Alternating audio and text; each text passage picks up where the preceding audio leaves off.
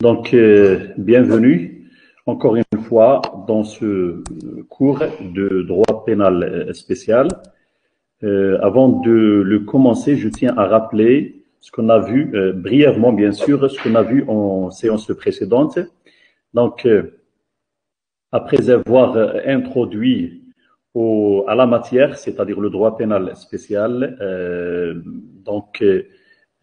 expliquer qu'est-ce que on entend par droit pénal spécial, comment on le définit, quel est l'intérêt, l'histoire du droit pénal spécial marocain, et aussi quel est l'objet d'étude du droit pénal spécial et autre chose. Donc on est parti directement aux infractions programmées dans ce semestre. Et à la première leçon qu'on a consacrée aux infractions portant atteinte à la vie des autres. Spécialement le meurtre. On avait dit que les homicides sont différents. Il y a des homicides volontaires et aussi des homicides involontaires. Pour les homicides involontaires, ce qui distingue l'homicide volontaire et l'homicide involontaire, c'est spécialement et pratiquement l'élément moral, c'est-à-dire l'intention. Pour l'homicide involontaire, l'auteur de l'infraction veut l'acte et ne veut pas le résultat, c'est-à-dire par excès, à titre d'exemple, par excès de vitesse, à cause de sa maladresse, l'auteur de cet excès de vitesse qui conduit sa voiture maladroitement commet une infraction d'homicide involontaire. Donc il n'a pas voulu tuer la victime. Alors que pour l'homicide volontaire, ce qu'on appelle pour le distinguer de l'homicide involontaire, le meurtre. Donc, pour cette infraction, il est obligé d'avoir l'intention. Donc, l'intention de tuer. C'est ce qu'on appelle l'animus, comme on va voir bientôt, l'animus necandi. Donc, en latin. On a aussi une autre infraction qui est proche du meurtre et qui contribue au même résultat, à savoir la mort de la victime, mais elle diffère du meurtre du moyen utilisé dans la perpétration de l'acte infractionnel. Il s'agit en l'occurrence de l'empoisonnement, d'accord? Donc l'empoisonnement, c'est une infraction qui porte elle aussi atteinte à la vie des personnes. Donc on distingue aussi le meurtre et les autres homicides des violences qui peuvent entraîner la mort de la victime.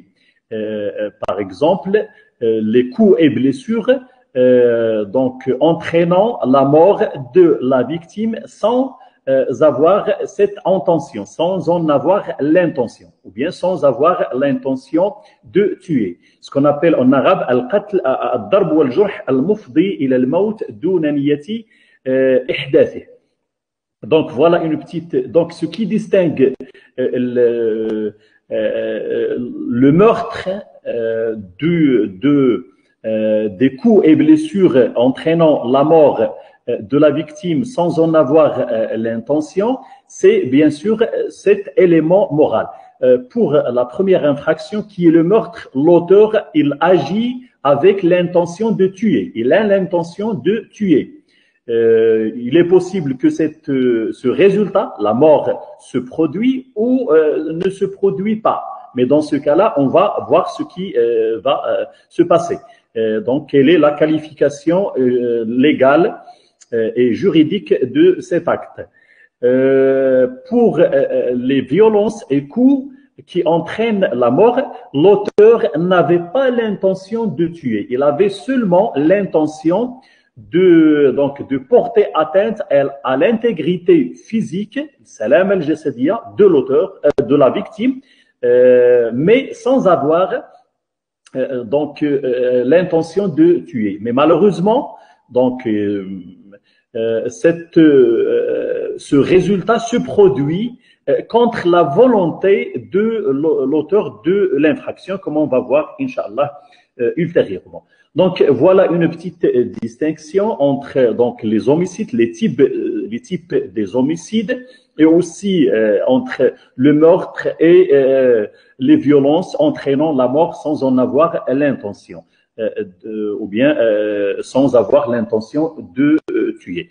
On a choisi par l'étude du meurtre, et donc on a dit qu'au début que le meurtre c'est une infraction qui a pour but de porter atteinte à la vie de victime, c'est-à-dire à détruire, qui vise à détruire la vie, à mettre fin à la vie de la victime.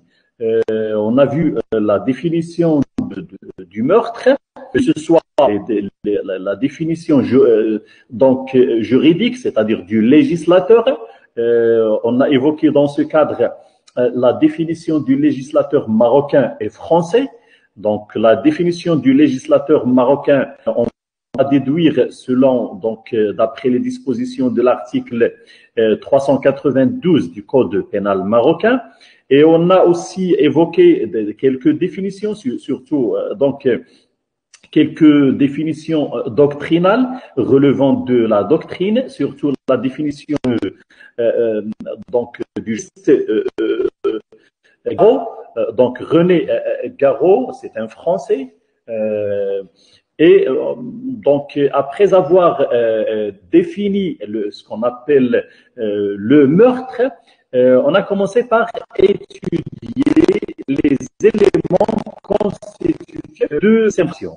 Et on avait dit que cette infraction, pour qu'elle soit constituée, il faut réunir trois éléments constitutifs, à savoir l'élément matériel qui consiste en l'acte communicateur de l'action qui produit un changement dans l'entourage, d'accord, une modification de l'entourage. On a aussi l'élément moral, mais avant de parler de ces deux éléments principaux, il faut avoir ce que la doctrine appelle une condition préalable, ou bien un élément préalable, un élément supposé, c'est-à-dire al-rukn al-muftarad. C'est bon? Donc, on a commencé par expliquer et étudier l'élément préalable, al-rukn al-muftarad. Et on avait dit que pour que cette infraction de meurtre soit constituée, il faut que la victime, on parle de cet élément préalable par rapport à la victime de l'infraction, pas par rapport à l'auteur. Bien sûr, l'auteur, c'est un être humain, bien sûr. Mais par rapport à la victime de l'infraction, il faut que cette victime soit un être humain et vivant au moment de la perpétration de l'acte criminel, au moment de l'émission de l'acte. D'où on relève trois conditions principales pour la constitution de cet élément préalable, en l'occurrence un être humain vivant et sa vie soit préalable à l'acte commis, c'est-à-dire il faut que la victime soit en vie avant la perpétration, avant l'exécution du meurtre, ne serait-ce que quelques minutes. Donc, même si la personne elle est vivante quelques minutes avant la commission de l'infraction. Par exemple, pour une victime qui souffre d'une maladie qui va entraîner très tôt, par exemple, une maladie de cancer et ainsi de suite, comme on va voir bientôt. Et aussi, il faut que cet auteur ne soit pas que la victime, pardon, que bien sûr l'auteur de l'infraction ne soit pas aussi en elle-même victime de cet acte. C'est-à-dire, il ne faut pas se réunir vis-à-vis de la victime, pardon, de l'auteur de l'infraction, la qualité d'auteur et victime. On va expliquer tout cela. D'accord? Donc, on a dit que pour la première condition qui tient à la qualité de l'être humain vivant, donc il faut que la victime soit un être humain vivant. Et cela conduit bien sûr à écarter l'animal comme victime d'un acte de meurtre, d'accord? Si un acte visant la vie d'un animal, cela ne constitue pas un meurtre, mais une infraction contre les biens. C'est une infraction contre les biens. Pourquoi? Parce que le législateur ne considère pas l'animal, il ne l'assimile pas à la personne, à une personne ou bien à un être humain, et aussi il le considère seulement comme un bien qui fait l'objet d'une propriété des êtres humains. Et du coup, si on vise si quelqu'un la vie de l'animal, celui-ci ne va pas être poursuivi et sanctionné par les dispositions des articles 392 et suivantes du Code pénal, mais il va tomber sous le coup des dispositions des articles 601, 602, 603, selon les cas, et aussi 609 du Code pénal. Et si vous consultez ces articles, vous allez découvrir que la qualité de cette infraction, ou bien la catégorie de ces infractions, ce sont au plus dans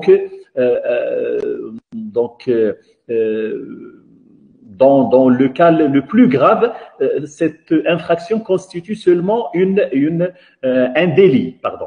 Donc, soit une contravention. Donc, il n'arrive pas au rang d'un crime. Bien sûr, je parle des actes commis sur les animaux. Donc, le fait de tuer un animal. Donc, premièrement, on écarte à travers cette condition, on écarte donc le fait de tuer des animaux. Aussi, on écarte qui est déjà l'acte commis sur une personne qui est morte. Imagine une personne morte 2 heures avant la perpétration d'acte par l'autre de la victime. C'est-à-dire que la victime considérait ou bien croyait cette victime, je répète, excusez-moi, imaginez que l'auteur de l'infraction croyait sa victime vivante, encore vivante, alors qu'en réalité, elle est morte il y a de temps, ou assez de temps. D'accord? 2 heures, 5 minutes, 4 minutes, l'essentiel. Bref, l'essentiel, c'est qu'elle est déjà morte. Dans ce cas-là, il s'agit de 2 cas. Si l'auteur savait déjà, la personne, que la victime est morte, dans ce cas-là, il ne s'agit pas d'un acte commis sur un être vivant, ou bien un meurtre, mais il dit d'une atteinte à un cadavre. Donc, el-massas bi hurmat jutha. Aussi, un acte d'obscénité et de brutalité contre un cadavre. Et cela, cet acte, il est incriminé et sanctionné par les dispositions de l'article 271 du Code pénal. Donc, il a l'auteur de l'infraction عارف بأن هذاك الشخص بأن الضحية ميتة وهو يطلق عليها رصاصة ولا دونك يحاول يقتلها ولا يرتكب واحد l'infraction. Donc في هذه الحالة هذه ما غاديش الفعل يكيف على أنه قتل, mais il va être qualifié comme acte d'obscénité et de brutalité contre un cadavre. Et donc il va du coup se sur donc ou bien rentrer dans le cadre des dispositions de l'article 271 du Code pénal. Mais on a aussi un autre cas. Si l'auteur de la victime avait une erreur, il est tombé dans l'erreur de la vie de la victime, c'est-à-dire s'il croyait, s'il y avait erreur sur la vie de la victime, c'est-à-dire si l'auteur croyait donc la victime donc vivante alors qu'elle est en réalité déjà morte. Dans ce cas-là, bien sûr, l'agent ayant donc cru sa victime vivante alors qu'elle ne l'était plus, donc son acte va constituer une tentative de meurtre. Al-muhawalat al-qatl, donc dans sa catégorie d'infraction impossible. Et donc, vous avez vu les types et les catégories de tentatives.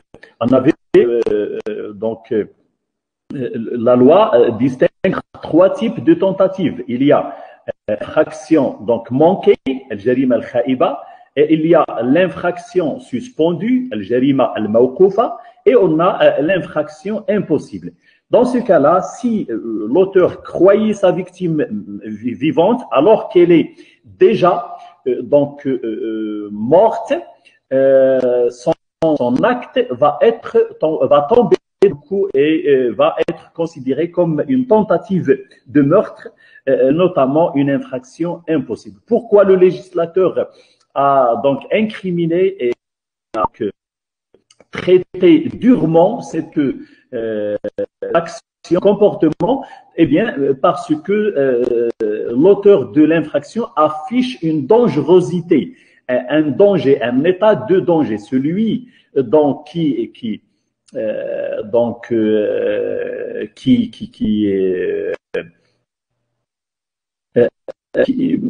ne renonce pas à des actes dans des conditions déterminées et qui a cette intention donc faire de commettre des actes violents vis-à-vis des êtres humains et aussi donc des infractions, le législateur l'a traité durement et sévèrement, et donc de cela on a cette incrimination de cet acte qui constitue ce qu'on appelle l'infraction impossible ou bien donc la tentative du meurtre.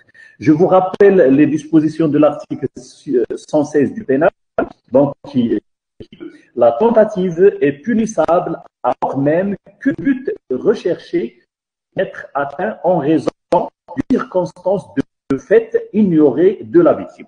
Donc, même si cette circonstance elle est ignorée de la victime, mais une circonstance liée à la loi, dans ce cas-là, l'auteur, si l'infraction, il serait impossible d'être constitué, mais pour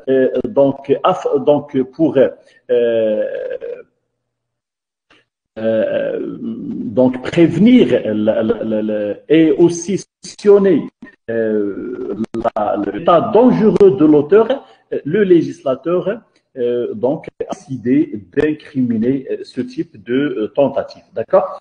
Donc voilà ce qu'on peut dire en ce qui concerne le fait d'écarter la personne déjà morte lorsqu'elle est victime de cet acte de meurtre. Aussi, en stipulant et en exigeant l'être humain, la qualité d'être humain vivant dans la victime ou bien vis-à-vis de la victime de l'infraction, on écarte aussi un être qui n'est pas encore né, c'est-à-dire une personne, ou bien donc un être vivant, disons, plus précisément, un être vivant qui n'est pas encore né. Et dans ce cas-là, on parle, on lance du fœtus et de l'embryon. Al-janin fi batni ummihi. Pourquoi? Parce que ce fœtus n'est pas encore considéré comme être humain, parce qu'il n'est pas encore séparé de sa maman. Il dépend toujours de sa maman, quoi qu'il a une vie, donc quoi il est un être vivant, mais selon la loi, il n'est pas considéré comme un être humain vivant. Pourquoi? Parce qu'il n'a pas cette donc capacité juridique, l'ahliya al-qanounia. Et du coup, donc, si un acte est commis contre un fœtus, c'est-à-dire des coups et des violences commises sur une femme enceinte, qui traîne donc la sortie et la mort, bien sûr, sortie précoce, prématurée de la mort de ce fœtus, ça ne constitue pas un meurtre, il constitue une autre infraction, elle s'appelle l'avortement et qui est incriminé indépendamment du meurtre. La disposition du 69 et suivante donc, du code pénal. Voilà. Donc, voilà, exception. On a donc écarté dans de cette condition, on a écarté l'animal comme victime, aussi la personne déjà morte et aussi donc la personne qui n'est pas encore née, d'accord? Je m'excuse, je vais répondre à un appel urgent et excusez-moi s'il vous plaît.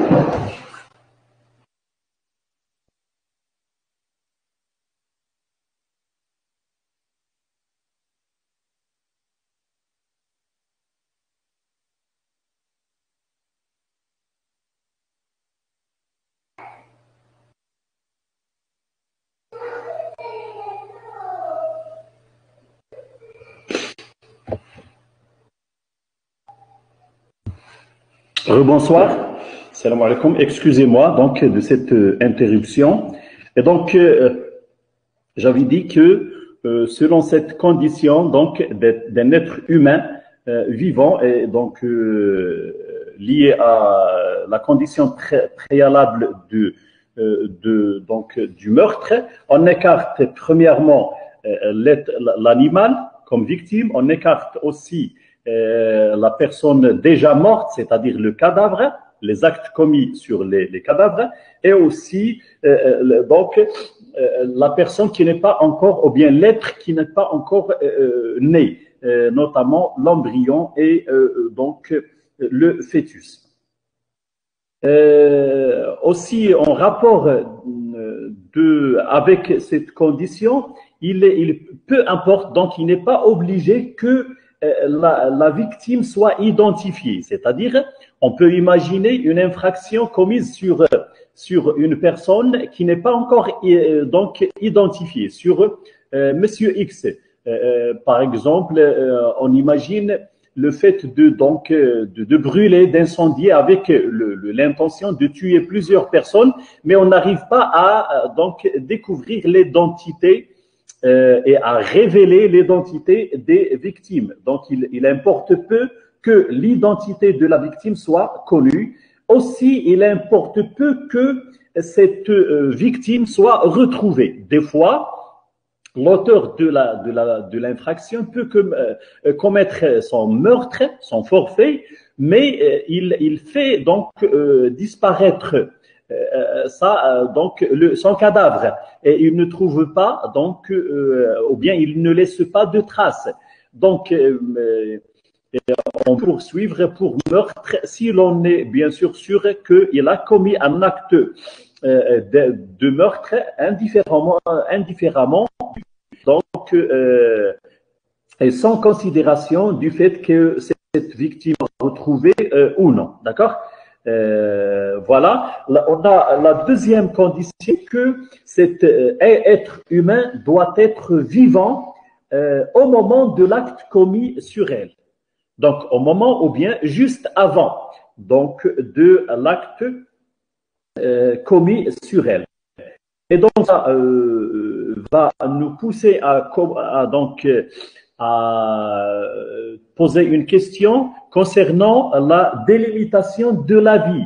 Quand est-ce que la vie humaine débute et quand est-ce qu'elle finit? Eh bien, elle débute par la naissance, c'est-à-dire donc le fait de que le bébé donc ou bien le fœtus donc devient un nouveau né, d'accord. Il naissent et il donc soit indépendant physiquement. Je parle physiquement, d'accord, pas en ce qui concerne des besoins de se nourrir et ainsi de suite. Donc de sa maman. Et finalement, on a donc la fin de la vie humaine donc se traduit par la mort de la victime. Et donc il y a des difficultés liées à la détermination de la date de la mort et aussi de décider à ce que la victime, dans des cas bien sûr bien donnés, si la victime est morte ou non, mais donc en général c'est aux spécialistes, c'est-à-dire les médecins légistes et aussi donc les médecins spécialistes pour décider et dire est-ce que cette personne est morte ou non. Donc ça ne relève pas donc de la compétence du juge. Et si il y a donc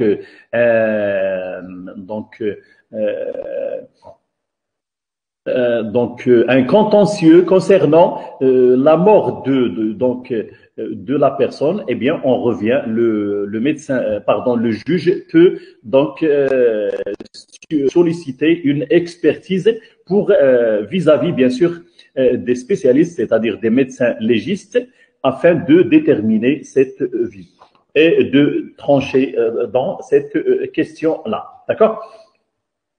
Là, je tiens à dire que le fait de tuer un malade, c'est-à-dire une personne qui n'a pas donc une espérance importante de vie, d'accord, dont la mort est imminente, c'est-à-dire elle est plus proche. Et donc, si quelqu'un souffre d'une maladie cardiaque, certes d'une maladie chronique ou bien grave, qui très tôt va produire la mort de la victime, donc là, le fait de porter atteinte à cette personne, avec l'intention, bien sûr, je souligne ce terme, cette expression, avec l'intention, même si elle était donc, même si le cas de cette personne est inespéré, donc on n'espère pas bien sûr la vie et le rétablissement de cette malade. Si on commet une infraction, un meurtre sur elle, quoique il ne lui reste que ou bien quelques heures à vivre, dans ce cas-là, l'infraction sera complètement constituée, d'accord? Et l'acte de meurtre sera consommé. Maintenant, on va passer à la troisième condition, à savoir qu'il faut que la victime doit être une personne autre que l'auteur de l'acte homicide. C'est-à-dire qu'il ne faut pas qu'ils se réunissent. Et là, je tiens à vous appeler à corriger donc un manque dans le polycopier en rapport cette partie, cette condition, donc vous allez trouver donc réunion, non, absence de réunion ou bien défaut de réunion, de qualité d'auteur donc dans l'auteur de l'infraction ou bien de la victime. D'accord? Donc la victime ne doit pas, vous allez ajouter défaut ou bien absence, d'accord? Dans cette condition. La victime doit être une personne autre que l'auteur de l'infraction, de l'acte homicide. Cela nous pousse à penser qu'on appelle le suicide, d'accord? Et je ne sais pas si vous le savez ou bien non, je crois que vous le savez, le suicide n'est pas incriminé. Al-intihar ghayr mujram, d'accord? Le fait de mettre fin à sa vie, donc cet acte n'est pas incriminé par les législations, d'accord? Mais il y a des exceptions. Donc, il y a une absence de texte d'incrimination, et donc il y a des exceptions, c'est le fait d'aider sciemment, c'est-à-dire en connaissant bien sûr toutes les circonstances et l'intention d'aider une personne dans les faits préparant ou facilitant son suicide. D'accord? Je répète, si l'auteur et la victime, bien sûr, si l'auteur de l'infraction lui-même, sa victime, cela constitue quoi? Ça constitue un suicide. Et donc, le suicide n'est pas incriminé, d'accord, par le droit pénal. Et donc, si cette personne est sauvée, on ne va pas là, donc, c'est-à-dire le suicidaire, cette personne qui s'est suicidée ou bien qui a tenté de se suicider, si elle échappe à la mort, c'est-à-dire elle est sauvée, autrui, après donc son traitement, donc, et après qu'elle se rétablisse, on ne peut pas la poursuivre pour suicide. D'accord? Pourquoi? Parce que en application du principe légaliste, donc l'acte n'est pas, du moment que l'acte et comme l'acte n'est pas incriminé, eh bien, donc, on ne va pas le poursuivre en application du principe donc de la légalité, pas de crime, pas de peine sans loi. Mais le fait d'aider, c'est-à-dire les autres, l'autrui qui aide donc la victime à se suicider, donc ces actes, ils sont en partie, partiellement incriminés. Pas tous les actes de soutien ou bien d'aide apportés aux suicidaires, d'accord? Et donc, ce qui est donc incriminé, c'est le fait d'aider une personne dans les faits préparant ou facilitant son suicide. Le fait de lui donner un poison, de l'aider à monter au sommet d'un immeuble, par exemple, pour sauter par-dessus cet immeuble et donc se suicider par conséquence. Donc, cela, il constitue donc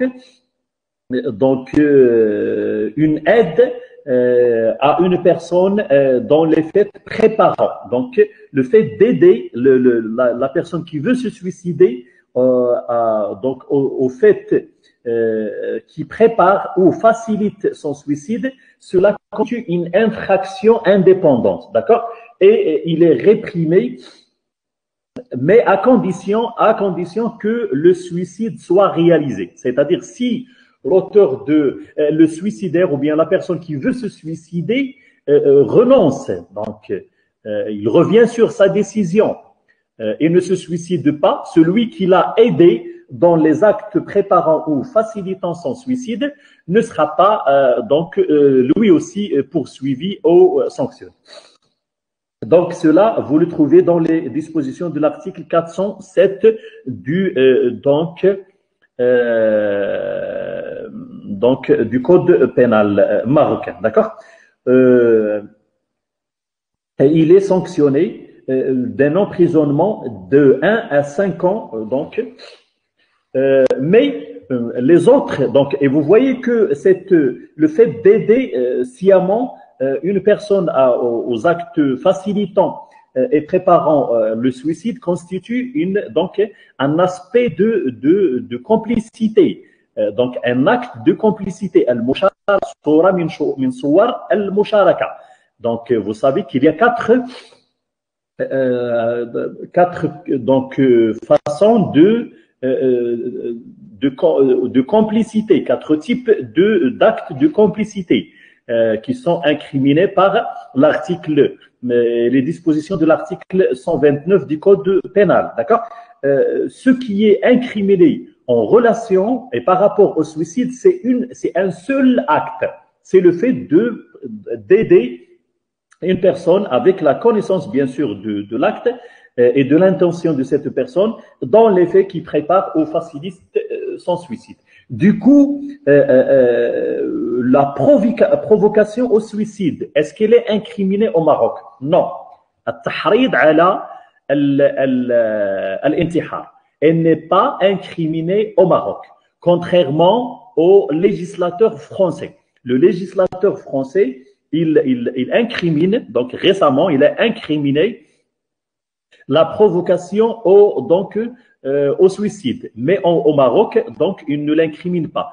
Vous allez peut-être me dire que est-ce que cela constitue donc au Maroc, selon donc les dispositions du Code pénal marocain, est-ce que la provocation ne constitue pas un acte de complicité? يعني صورة من صور المشاركة في الانتحار. Je vous réponds que cela sera possible si le suicide est incriminé. Mais du moment que le suicide n'est pas incriminé, eh bien donc on ne peut pas imaginer la complicité. Pourquoi? Parce que la complicité, elle est étroitement liée à l'acte matériel, c'est-à-dire à l'exécution. Et si l'acte de l'infraction n'est pas incriminé, donc, si l'acte n'est pas incriminé, on ne peut pas, bien sûr, et par conséquent, imaginer la complicité. Ce qu'on appelle l'emprunt de la criminalité, de l'état criminel, de l'auteur principal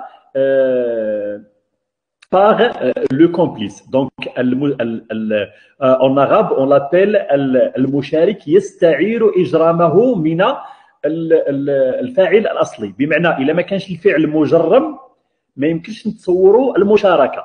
داكوغ؟ ولا مثلا الى حتى ولو كان مجرما الى كان عندنا هذاك الفاعل الاصلي اللي ما ارتكبش الجريمه، فدونك لو كومبليس المشارك ما يمكنناش نتابعوه مستقل استقلالا عن الفاعل الاصلي. دونك il dépend, donc la poursuite et aussi la sanction du complice dépend de la sanction aussi de l'auteur principal. Et puisque dans notre cas, le suicide n'est pas incriminé, donc il n'y a pas cette infraction de suicide, le complice ne sera pas poursuivi.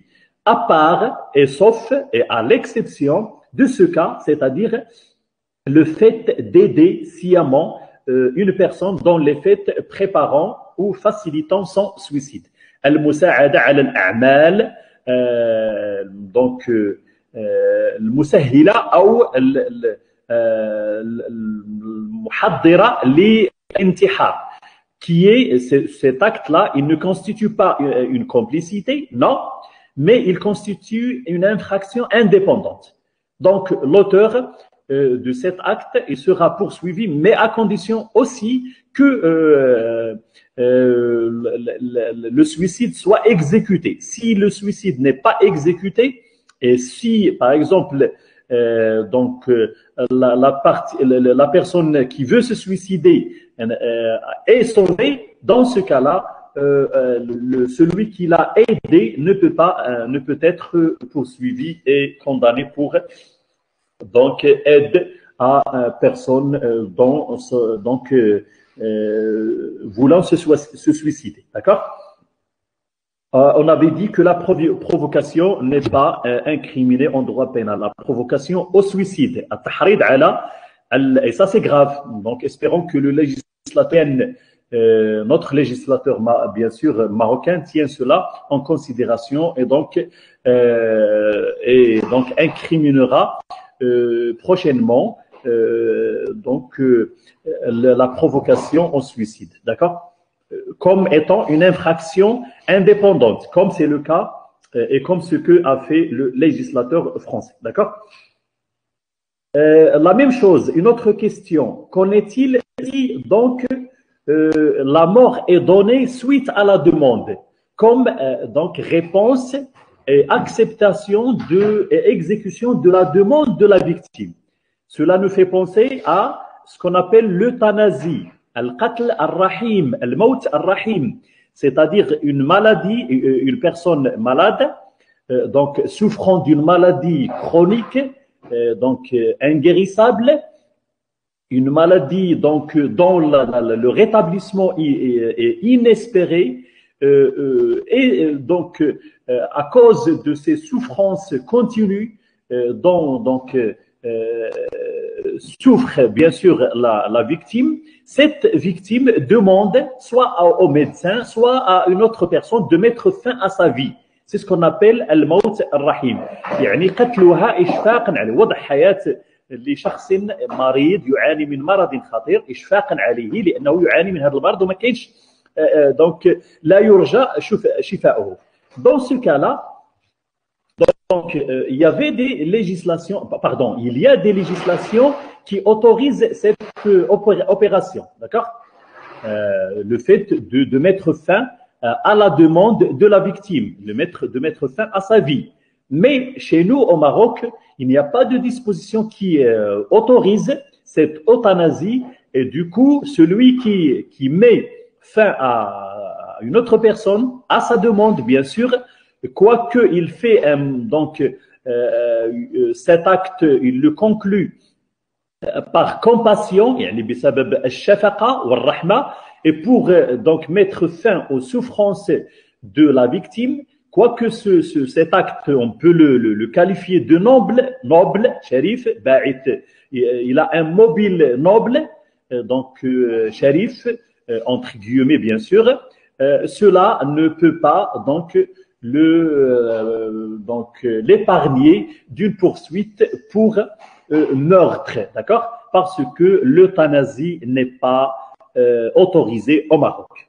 Dans des pays européens, l'euthanasie et d'autres pays, dans d'autres pays, elle est donc autorisée. Mais comme cette opération n'est pas autorisée chez le Maroc, eh bien, le fait de mettre fin à la vie d'une personne suite à sa demande, cela tombe sous le coup du meurtre comme infraction. D'accord? La même chose, le fait d'accepter un duel à mort, le mubaraza, donc un combat, mais donc qui doit finir par la mort de l'un de ces deux parties de ce duel. D'accord? Lorsque deux personnes entrent en duel, donc il accepte et il décide que le combat ne s'arrête que avec la mort de l'un des deux, ou bien des deux, peut-être, c'est possible, c'est pas écartable. Donc dans ce cas-là, si on accepte cette condition et on accepte de jouer et de rentrer dans ce jeu avec bien sûr la volonté de mettre fin à l'un des combattants, dans ce cas-là, si celui qui met fin à son adversaire, il sera poursuivi de meurtre. Pourquoi? Parce qu'il n'est pas autorisé à quiconque, sauf dans les cas, sauf lorsqu'il y a une disposition et dans les cas prévus clairement par la loi, c'est-à-dire les infractions et pour ceux qui exécutent la loi. Je pense aux infractions sanctionnées par la peine de mort. Donc celui qui exécute un jugement, ou bien un arrêt, donc condamnant une personne à la peine de mort, celui qui l'exécute, on l'appelle le tortionnaire, ou bien donc le jellad, ou je ne sais pas, donc celui qui exécute منفذ هذه العقوبة هذا ما غاديش نتابعوه le meurtre parce qu'il a mis fin à la vie. Non, pourquoi? Parce que c'est la loi qui lui donc ordonne cette exécution et lui donne la fonction et le pouvoir d'exécuter un jugement qui émane bien sûr de juridiction donc légalement constituée selon les dispositions de la loi. D'accord? Donc تطبيق عقوبة الإعدام ما دخلش في هذه الحالة هذه. D'accord? Mais en dehors de ces cas ou bien des cas où la loi sanctionne un acte par la peine de mort, aucune personne n'a le droit, sauf les autorités bien sûr publiques qui exécutent les ordres, mais même pour ces autorités, il faut que leur acte conformément aux dispositions soit être exécuté conformément aux dispositions de la loi. Donc, à part ces cas-là, donc qui constituent l'exception, aucune personne et nulle personne n'a ce pouvoir de mettre fin à la vie avec une bonne intention. Dans par le cas de l'euthanasie, d'accord? Une question: si une personne a aidé sciemment une personne à se suicider, et le suicide est exécuté, mais la personne ne meurt pas, est-ce que la personne qui a aidé sera suivie et punie d'un délit qui est mentionné aux dispositions de l'article 407? Très bonne question, bravo monsieur donc Mouad. Je vais vous répondre. Donc les dispositions de l'article 407 du code pénal, il incrimine le fait donc d'aider sciemment une personne à se suicider. Mais donc il subordonne, les dispositions de l'article 407 subordonnent cette poursuite et cette donc responsabilité, ou bien l'engagement de sa responsabilité pénale à la condition de l'existence ou bien de la réalisation du suicide.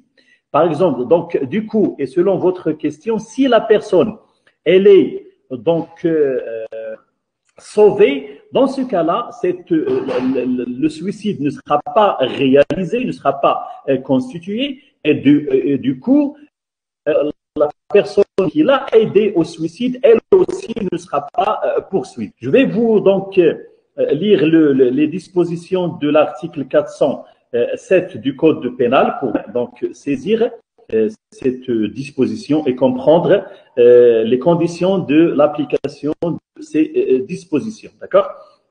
Donc, article 407 du Code pénal qui dispose que, donc, excusez-moi une minute, donc, voilà.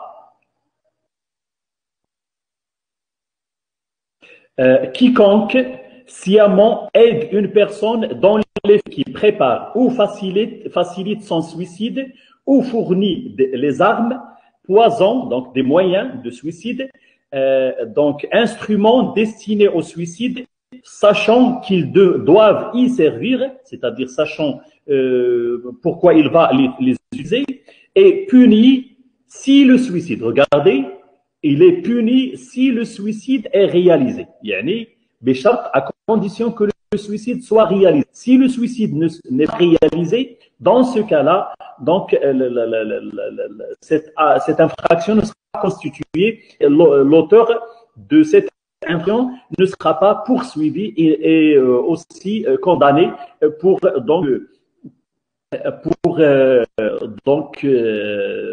assistance à une personne et donc présentation de moyens de suicide ou bien porter donc aide à une personne qui veut suicider. D'accord? Donc voilà la réponse. Donc il ne sera pas sanctionné. Mais vous allez voir ça en procédure pénale. Si on détaille dans la question, on va rentrer dans la procédure. Mais comme n'empêche de vous donner cette explication, peut-être, imaginons par exemple que les autorités publiques, ou bien donc le ministère public est au courant d'un acte ou d'une tentative, disons, entre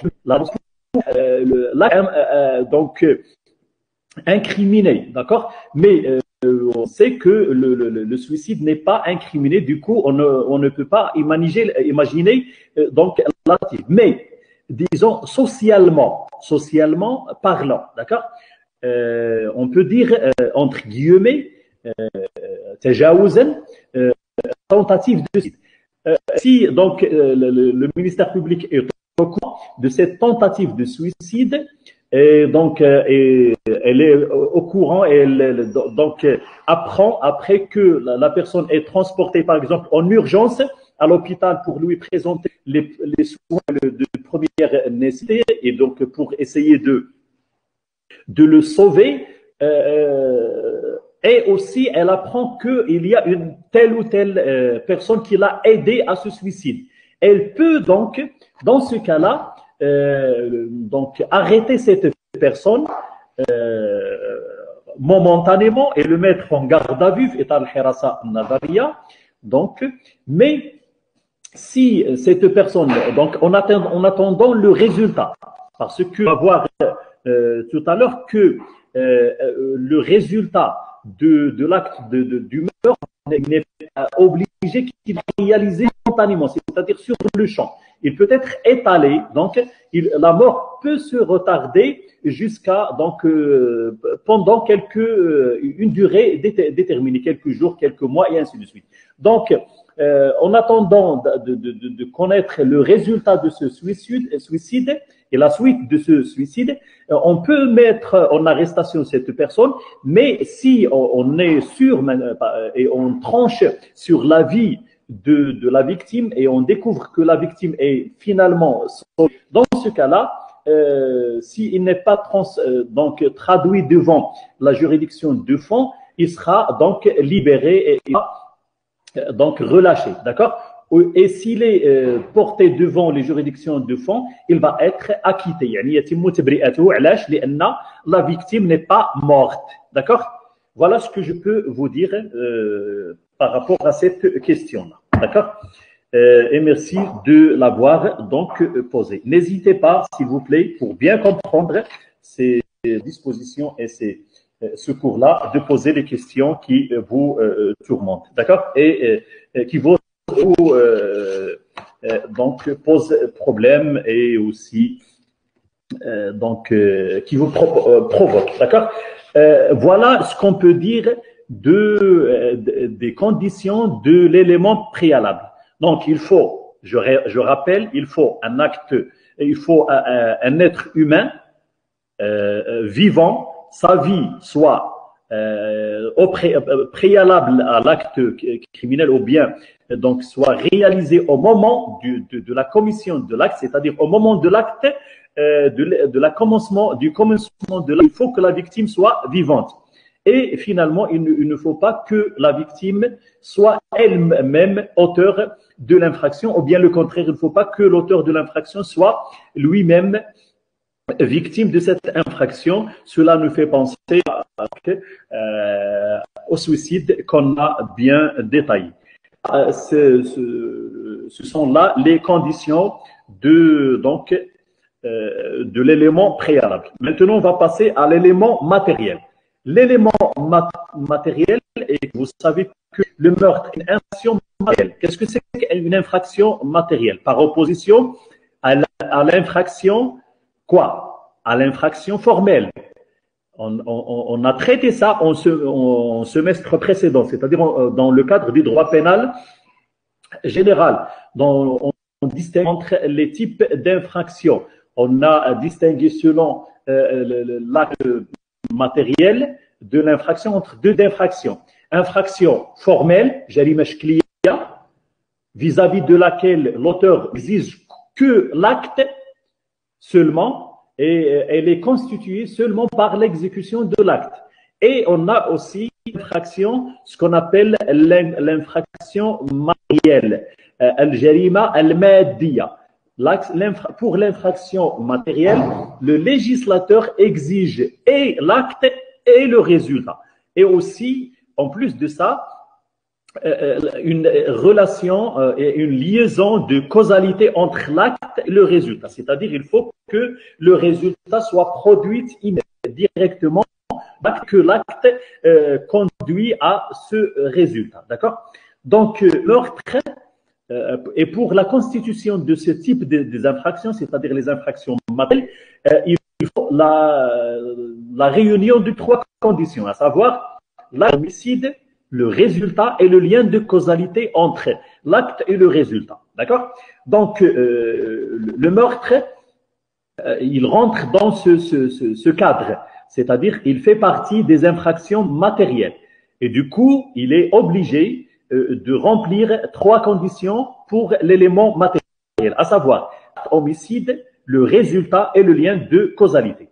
Pour l'acte homicide, c'est-à-dire le fi'l, l'ijrami, ou nashat l'ijrami ou nagab, donc cet acte, il constitue un acte tendant à donner la mort à autrui. Donc, il s'agit d'un acte avec lequel on vise, ou bien par lequel on vise à mettre fin, ou bien on cherche à mettre fin à la vie d'autrui. D'accord?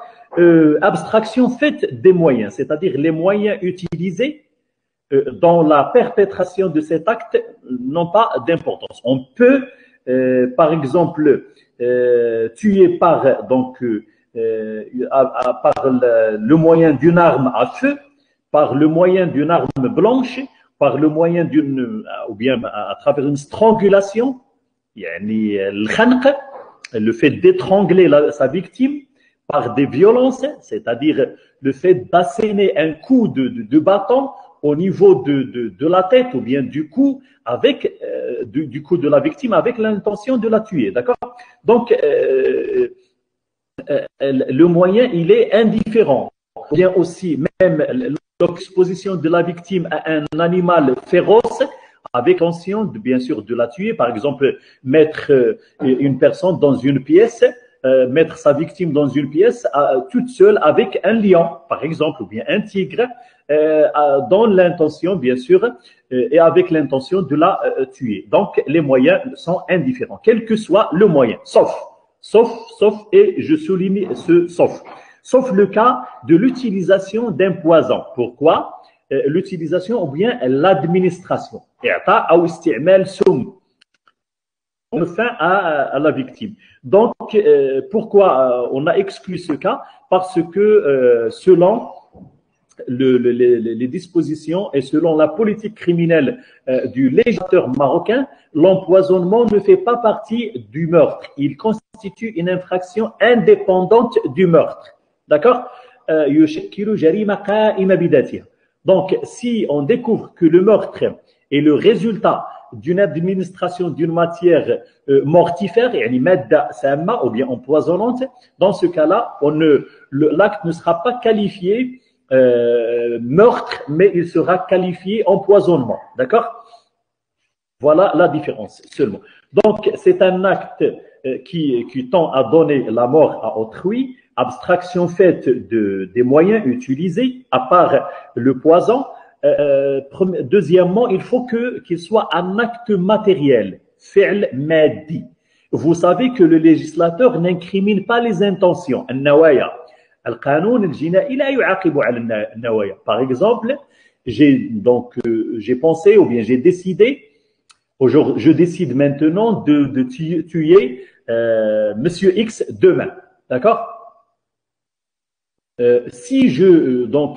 Tant que cette décision reste donc au fond de mon esprit, tant qu'elle n'est pas sortie à l'extérieur et elle n'est pas donc matérialisée par un acte, dans ce cas-là, donc je ne serai pas poursuivi.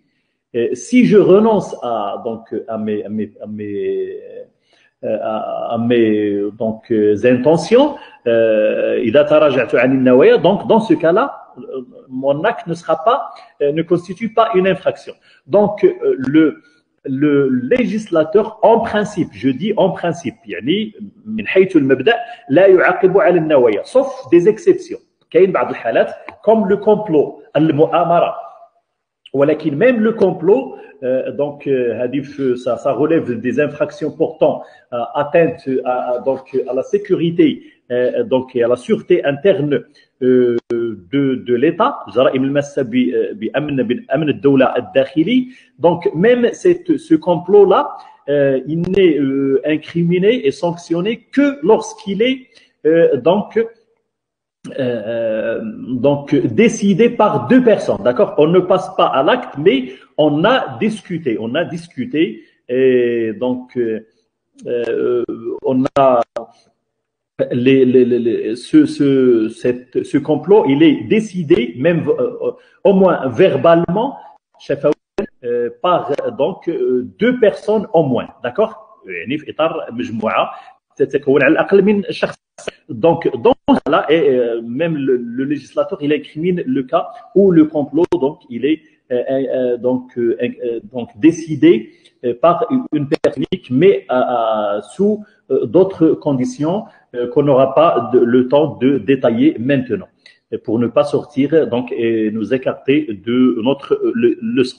On aura peut-être l'occasion d'en parler ultérieurement. Donc, je dirais en principe, le législateur n'incrimine pas et ne sanctionne pas les intentions, mais donc du coup, l'acte du meurtre, l'acte homicide doit être un acte matériel, d'accord?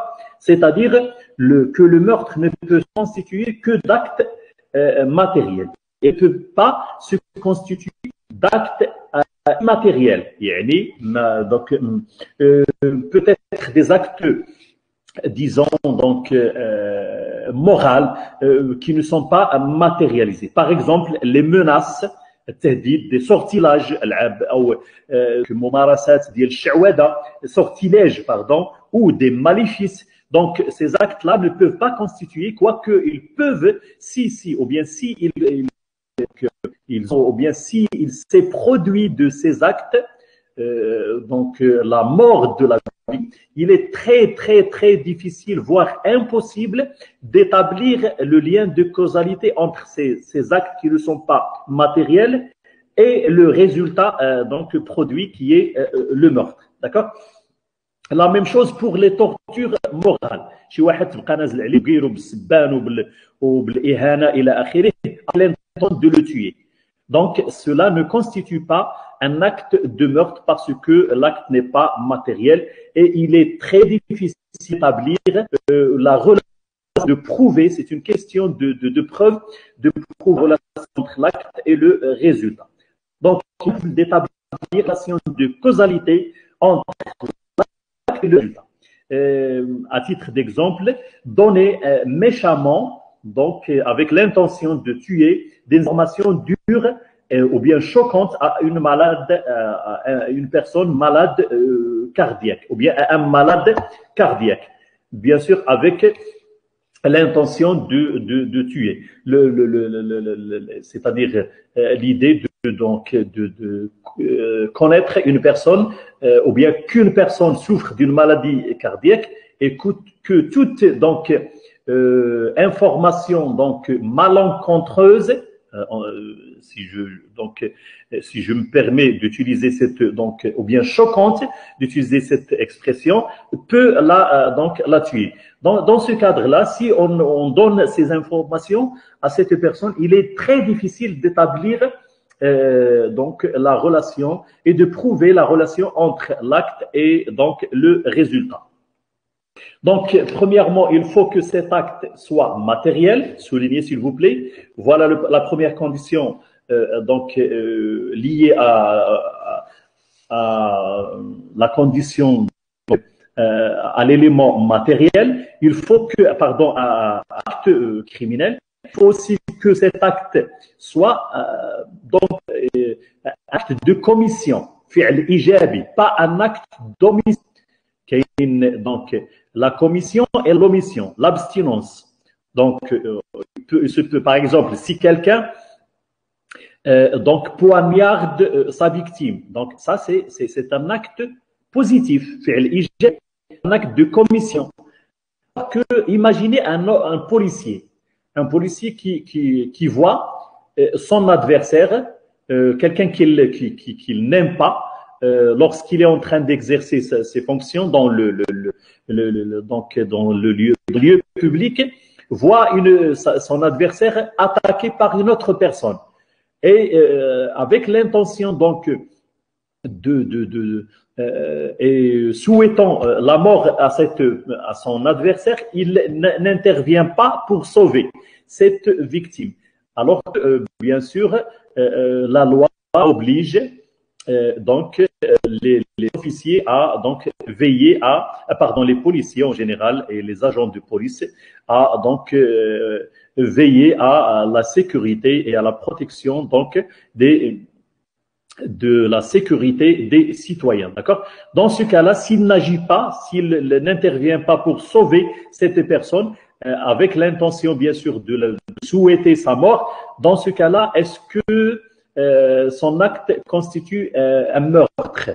Un autre exemple, imagine une personne en train de se noyer, et son camarade ou son ami ou bien quelqu'un qui est proche de lui, et sachant qu'il peut le sauver sans risquer sa vie lui aussi, donc si cette personne meurt suite à cette noyade, est-ce que l'auteur celui qui était près de lui, il peut être reproché et aussi condamné de meurtre. Donc voilà une question qui a posé et qui a suscité un débat, d'accord? Que ce soit donc au Maroc et aussi dans des législations comparées, surtout par rapport à notre législateur, le législateur français. Donc il y a une question qui se pose là-dessus. Est-ce que le meurtre peut-il résulter d'une omission? Et je vous rappelle que cette question a été posée aux étudiants du semestre précédent, donc du cycle, donc de l'année précédente, d'accord, l'année universitaire précédente. L'examen précédent du droit pénal était comme suit: le meurtre peut-il résulter d'une omission? Donc analysé. Et donc la réponse à cette question n'est pas donc on ne peut pas répondre par oui ou non, exactement comme ça. Il faut analyser cette question-là. Donc, l'analyse de ce point se fait sur 3 niveaux, au moins. Donc, au niveau législatif, au niveau donc juridique, au niveau juridique, judiciaire et au niveau donc doctrine. المستوى التشريعي وعلى المستوى القضائي وعلى المستوى الفقهي. Donc, on commence par le niveau législatif. Donc, dans ce cadre-là, on trouve donc au moins 2 orientations, 2 positions des législations. On trouve des législations qui assimilent par disposition précise l'acte à l'omission. Donc, l'acte de commission à l'acte d'omission. C'est-à-dire, on trouve dans des législations que l'acte d'omission a le même effet comme l'acte ou bien par rapport à l'acte de commission. D'accord? Ça, c'est donc la position, par exemple, du législateur soudanais. D'accord?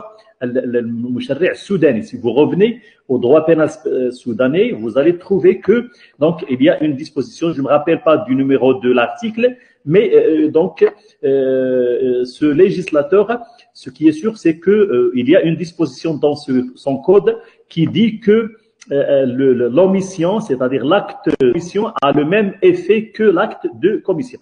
Dans ce cadre, s'il y a cette disposition et pour ces législations, donc l'omission constitue donc un meurtre. Le meurtre par omission peut constituer, il est égal au meurtre par omission, et dans les cas dont on vient de parler, l'acte sera qualifié meurtre. Il y a donc une autre position, un courant donc de législation qui subordonne donc cette donc assimilation aux conventions, c'est-à-dire il stipule, il exige qu'il y ait une obligation, c'est-à-dire une obligation disposée par la loi, ou bien obligation conventionnelle ou contractuelle.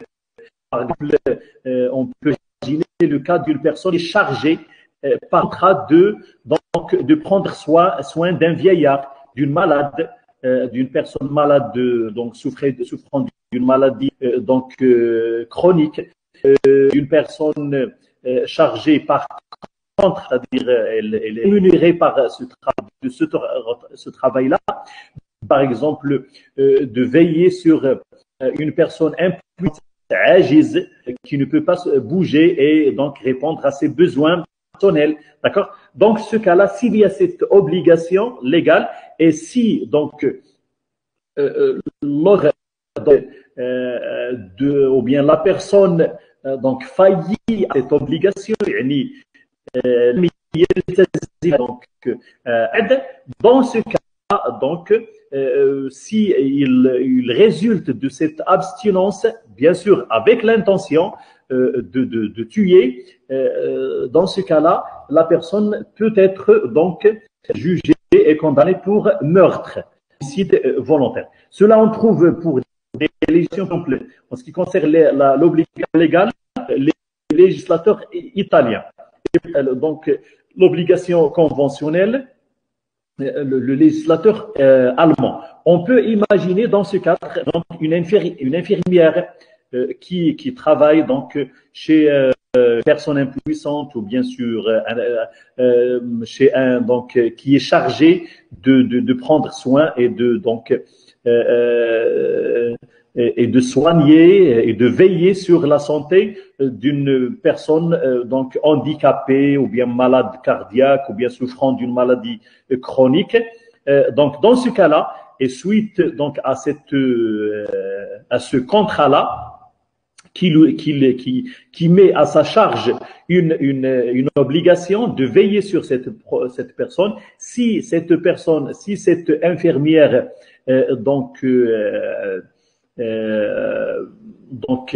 omet de présenter, de veiller et il fait à son devoir dans ce cadre-là. Et si elle avait donc l'intention, par exemple, s'il s'abstient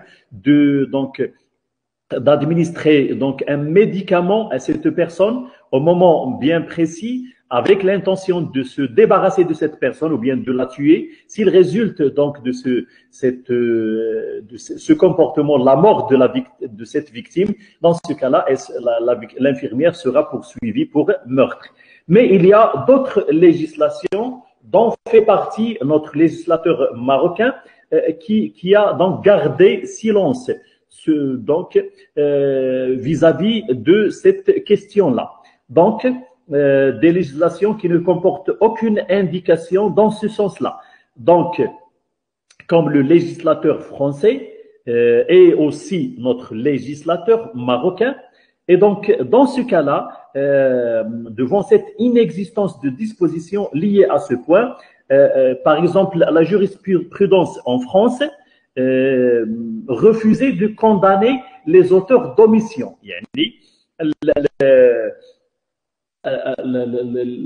Les personnes qui se sont abstenues à porter soin d'intervenir vis-à-vis d'une autre personne, de leur victime, avec l'intention, bien sûr, de mettre fin à leur vie et de la tuer. D'accord? Dans ce cadre-là, la jurisprudence française a refusé. Donc, les personnes se sont poursuivies par le ministère public pour homicide volontaire, c'est-à-dire pour meurtre, mais la juridiction ont refusé cette qualification de meurtre pour acte commis. Ils n'ont pas condamné ces personnes donc de meurtre par défaut, bien sûr, d'un acte incriminé par la loi, c'est-à-dire faute d'incrimination de cet acte d'omission. Alors, excusez-moi, dans ce cadre-là, les juridictions acquittaient ces personnes poursuivies devant elles pour meurtre, d'accord? On se rappelle ici d'une affaire très célèbre, très connue, qui a coulé beaucoup d'encre, à savoir la séquestrée de Poitiers. Il s'agit d'une femme donc, qui a été enfermée, emprisonnée dans une chambre par ses parents, donc, et laissée toute seule, privée de nourriture. Cette personne, elle était impuissante, privée de nourriture. Privée de soins, donc soins, et elle a été donc tuée, ou bien elle est morte suite à cet emprisonnement, et donc le tribunal a refusé de poursuivre ses parents de meurtre et de les condamner de meurtre. Pourquoi? La réponse de la juridiction et du tribunal et de la cour, c'est que l'omission n'est pas incriminée par la loi. D'accord? Donc, c'est ce qu'on appelle donc l'affaire de la séquestrée de Poitiers. Poitiers, c'est un village en France, donc bien une petite ville en France, d'accord. Cela, à cause du refus de la jurisprudence française, donc de qualifier cet acte d'omission comme étant un acte de meurtre, cela a poussé le législateur français à incriminer des actes d'omission spéciaux par des dispositions spéciales. Donc, à titre d'exemple, le défaut d'assistance à personne en péril. Pour la première fois, et suite à ces refus de la jurisprudence, le législateur a intervenu en incriminant ce qu'on appelle le défaut d'assistance à personne en péril. عدم تقديم جريمة عدم تقديم أو الإمساك عن تقديم المساعدة لشخص في حالة خطر, d'accord, في خطر. Mais cette infraction n'est pas assimilée du point de vue sanction au meurtre. Elle est sanctionnée par une peine moins dure que la peine consacrée au meurtre, d'accord. Et aussi, le législateur s'est intervenu pour éliminer d'autres actes d'omission. Ça veut dire que le législateur français et la jurisprudence française refusent de donner le même effet aux actes d'omission par rapport à cette infraction, c'est le fait de s'abstenir d'intervenir pour une personne qui est en train ou bien sur le point de mourir. D'accord? Maintenant, pour le Maroc, le législateur marocain, lui aussi comme le législateur français, et il est influencé par le législateur français, il ne comporte aucune indication, comme c'est le cas en France, il n'incrimine pas, il n'assimile pas l'acte à l'omission, et cela posait problème, d'accord? Est-ce qu'on peut considérer que l'omission peut constituer un acte d'homicide, d'accord? Si on passe en revue les incriminations se trouvant dans le code pénal marocain, on trouve que ce législateur incrimine dans des cas bien déterminés des abstinences comme cas particulier, d'accord, comme exception à la règle qui est les actes de commission.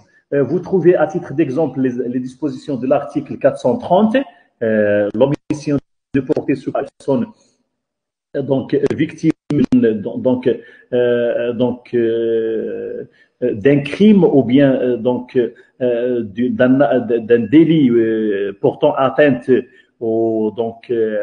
à l'intégrité physique.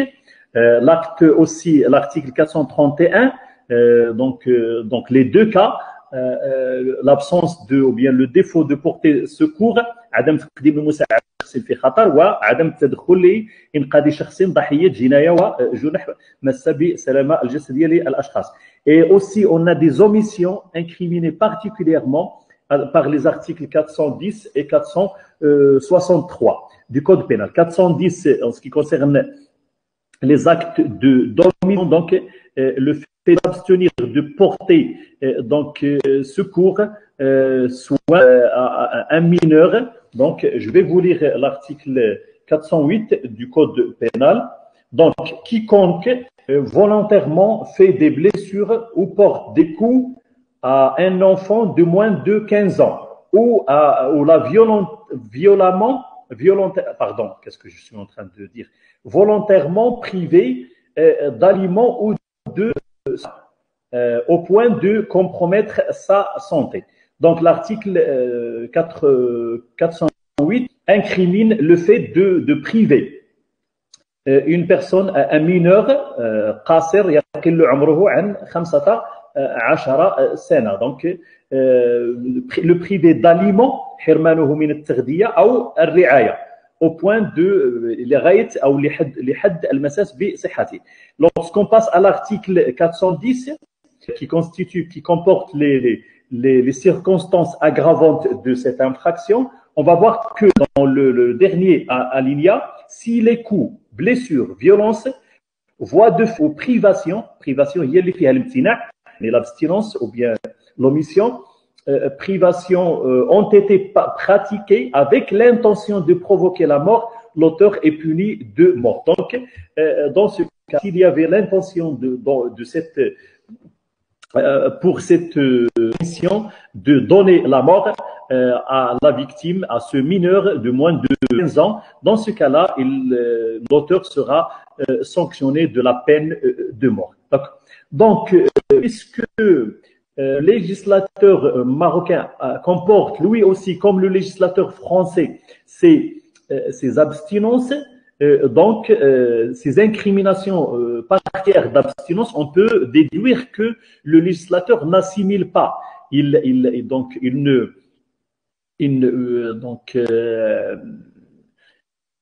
ne traite pas de la même façon l'acte de commission de l'acte d'omission. D'accord? Et de cela, on peut dire que l'omission ne peut pas constituer un acte de meurtre. D'accord?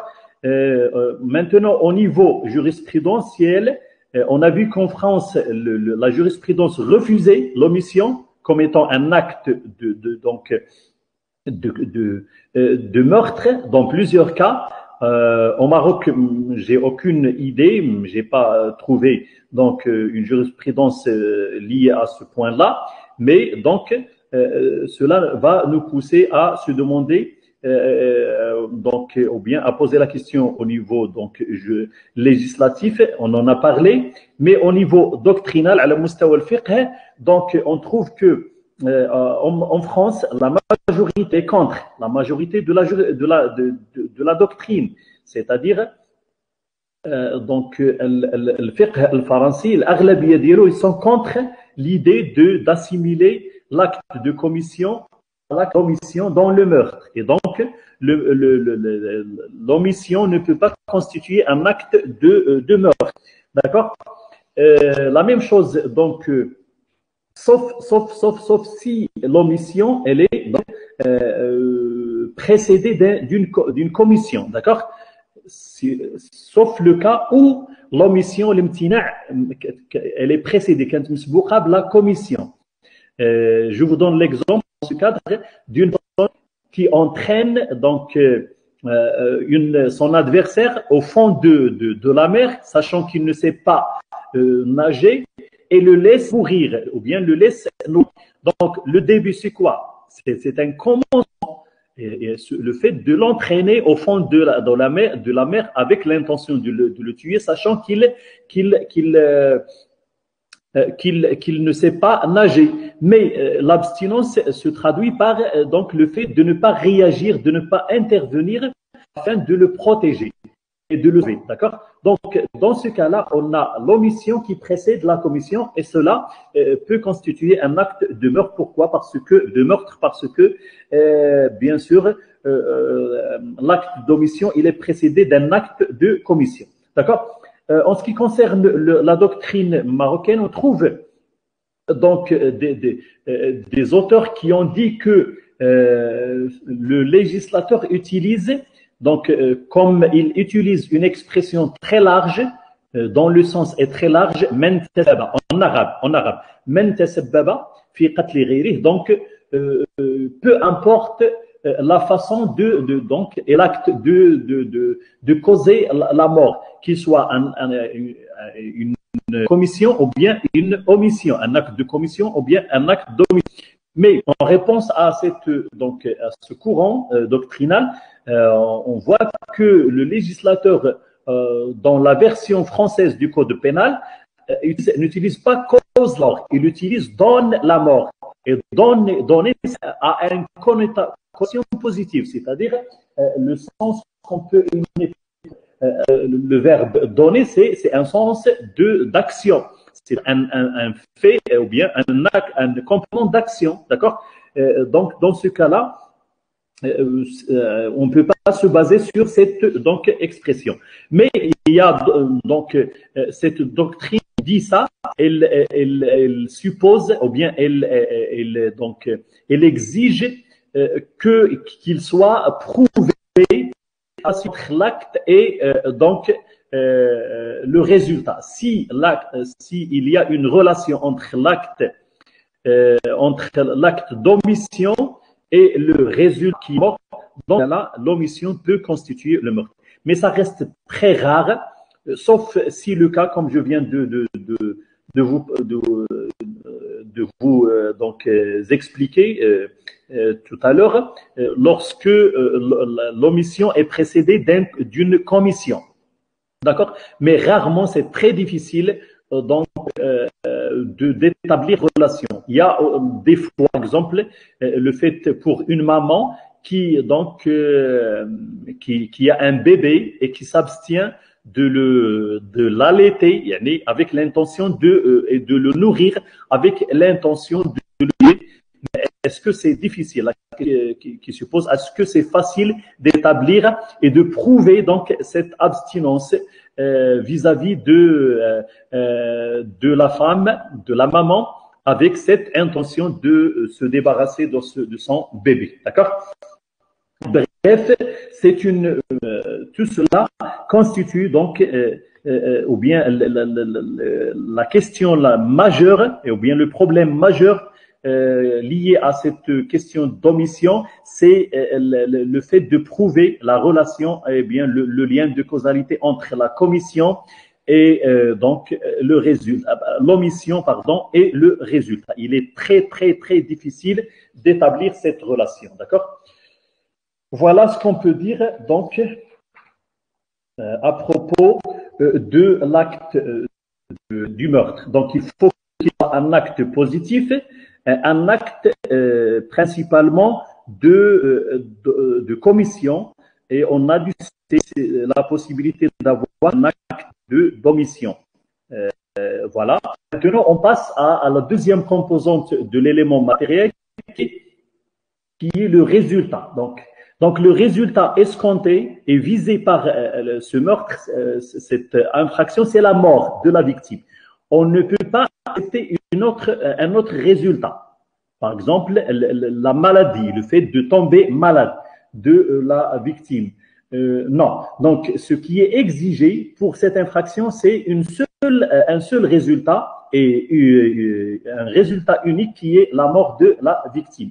Il n'est pas donc nécessaire que cette mort soit réalisée immédiatement, c'est-à-dire au moment de la perpétration et de l'exécution de l'acte, ou bien après la commission de l'acte, il faut que ce résultat soit donc réalisé 2 semaines, 3 semaines, 2 mois, 1 an, même donc une période déterminée après la perpétration de l'acte, après l'exécution de l'acte, à condition bien sûr toujours d'établir la relation, c'est-à-dire qu'il faut que cet acte contribue directement à ce résultat qui est la mort, qui est retardé, d'accord?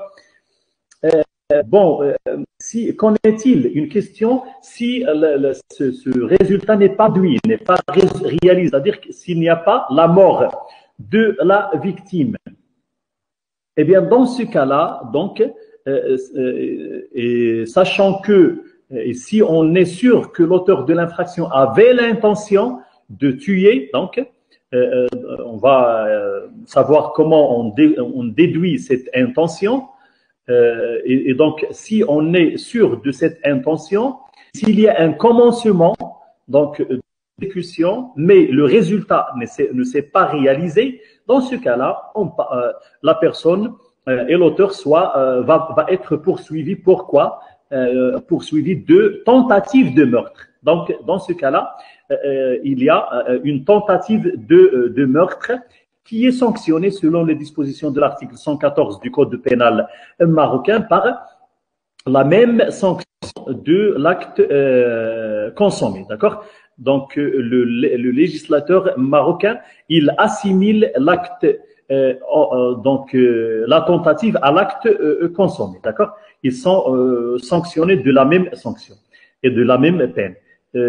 Voilà, donc, si le résultat ne se produit pas, c'est-à-dire si la mort ne se produit pas, par exemple, lorsque la victime est sauvée, il y a une personne poignarde avec l'intention de tuer son adversaire, il prend la fuite, vient une autre personne, il la transporte en urgence, donc à l'hôpital pour la sauver. Cette personne est sauvée après, donc les soins lui étant apportés dans l'hôpital.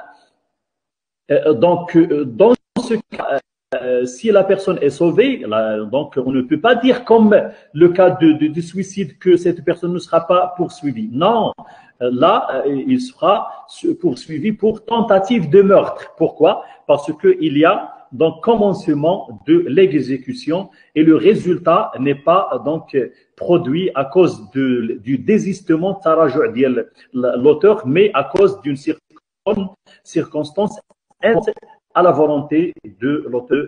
D'accord? Troisièmement de l'élément matériel, c'est le lien de causalité. Donc, il faut établir cette relation entre donc l'acte et le résultat. Il faut que l'acte conduit au résultat qui est la mort de la victime. Et il faut aussi que le résultat soit donc produite et causée par acte donc perpétré contre cette victime. Si on établit donc et pour que l'élément matériel soit constitué, il faut établir et prouver ce résultat entre l'acte perpétré, commis et le résultat réalisé. Ce lien de causalité, et donc il pose beaucoup de problèmes. Il est sujet de grands débats, surtout doctrinal.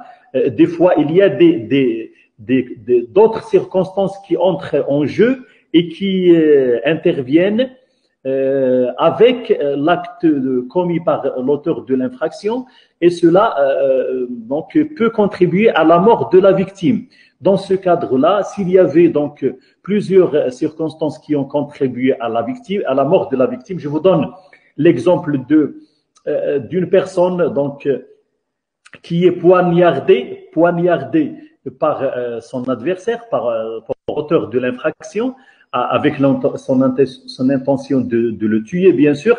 Mais imaginez que cette victime porte des vêtements sales, des vêtements donc qui ne sont pas, qui portent des virus à cause de leur saleté. D'accord? Dans ce cas-là, si cette plaie cette blessure, elle est donc quand par les virus, par un virus se trouvant sur sur les comporte la victime, alors peut-être ce virus-là qui se trouve sur qui s'est donc infiltré dans donc cette blessure-là, dans ce cas-là, il se peut que ce virus-là contribue à l'aggravation et accélère la mort de la victime. Il aurait été sauvé il pouvait être sauvé si la victime ne portait pas ces vêtements-là, comportant et portant des virus à cause de cette saillie. D'accord? Donc, il y a un autre facteur qui est entré en jeu et qui a contribué à la mort. Maintenant, comment est-ce qu'on peut dire que c'est l'auteur c'est l'acte commis par de l'auteur de l'infraction qui a commis la mort, ou bien est-ce que c'est le virus qui s'est infiltré et qui est entré dans cette blessure, dans cette plaie-là, qui a causé la mort. Voilà une question posée par la doctrine, et cela constitue un débat. La même par les exemples donnés, une personne qui dans un lieu public, d'accord, il est emporté,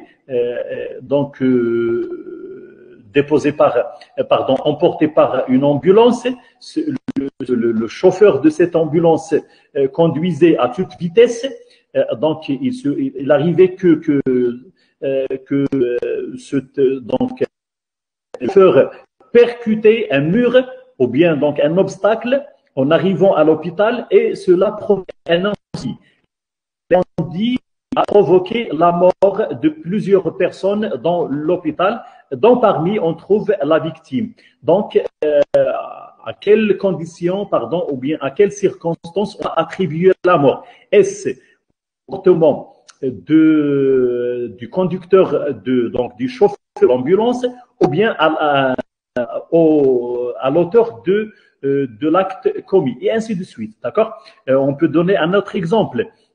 Une personne poignardée, toujours dans cet exemple, il est emporté en urgence à l'hôpital. Le médecin n'a pas fait comme il faut son travail, et il a par maladresse ou bien par négligence, il n'a pas bien soigné cette personne, ou bien il a commis une faute médicale contre cette personne-là. Cette faute médicale, ou bien erreur médicale, entraîne la mort de la victime. Donc, qui est responsable de cette mort? Est-ce que le médecin, ou bien l'auteur du meurtre? Voilà des questions. Donc, il y avait cette question elle a été traitée par la jurisprudence, et on avait donné beaucoup de solutions qu'on a étudiées en droit pénal général, en ce qui concerne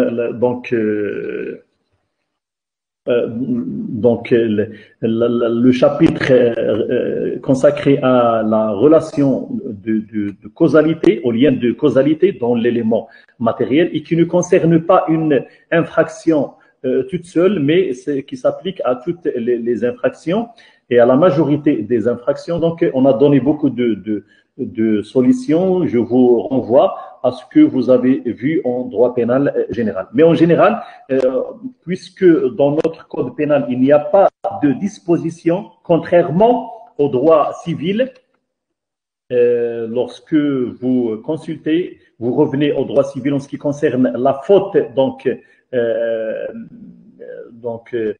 et la responsabilité délictuelle civile, المسؤولية المدنية, dans le cadre ديال المسؤولية التقصيرية, on trouve que le législateur stipule et donc exige donc que l'acte soit ou bien est contribué de façon directe. الفعل يؤدي بشكل مباشر au dommage causé ou bien au préjudice causé. Donc il exige un lien direct, une relation directe entre entre l'acte et le résultat. Ceci ne se trouve pas en droit pénal. Du coup, on peut dire que cela est laissé à l'appréciation, au pouvoir discrétionnaire, du juge du juge pénal pour trancher et statuer selon donc les circonstances ou bien selon chaque circonstance et conditions à part relevant de chaque cas, différemment des autres cas. Donc, on peut dire que la solution est laissée au pouvoir discrétionnaire du juge pénal selon les circonstances de chaque cas à part. Il nous reste l'élément moral, puisque donc on ne peut pas continuer, on a tardé, donc il est 11 heures, il est presque midi, on a dépassé donc le temps donc imparti à cette séance. On va donc poursuivre l'étude de l'élément moral dans la séance qui va venir, Inch'Allah. Et puis on passera, Inch'Allah, aux excuses ou bien aux faits justificatifs. D'accord? Le deuxième axe et chapitre lié à cette partie concernant l'élément, donc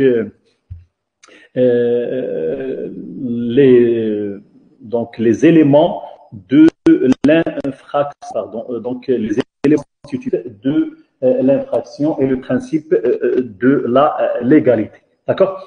Donc, je m'arrête là. Si vous avez des questions, je suis là pour vous répondre. Sinon, on arrête ce cours-là.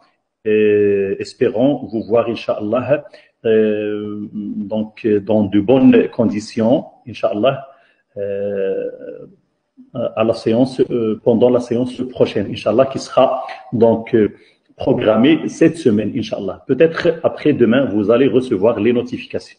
Est-ce que vous avez des questions? J'espère que vous avez bien compris ce cours-là. Sinon, si vous avez des questions, je suis à votre disposition.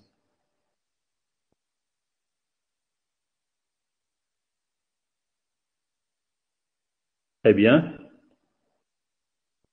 Très bien. Donc, s'il vous plaît, essayez de comprendre. D'accord? N'apprenez pas. Le droit ne s'apprend pas. Le droit ne s'apprend pas. Il comprend. Il s'applique. D'accord? On ne peut pas répondre à la question si on ne comprend pas le cours de droit. D'accord? C'est pas comme d'autres disciplines et d'autres matières. N'apprenez pas. Essayez d'apprendre. D'accord?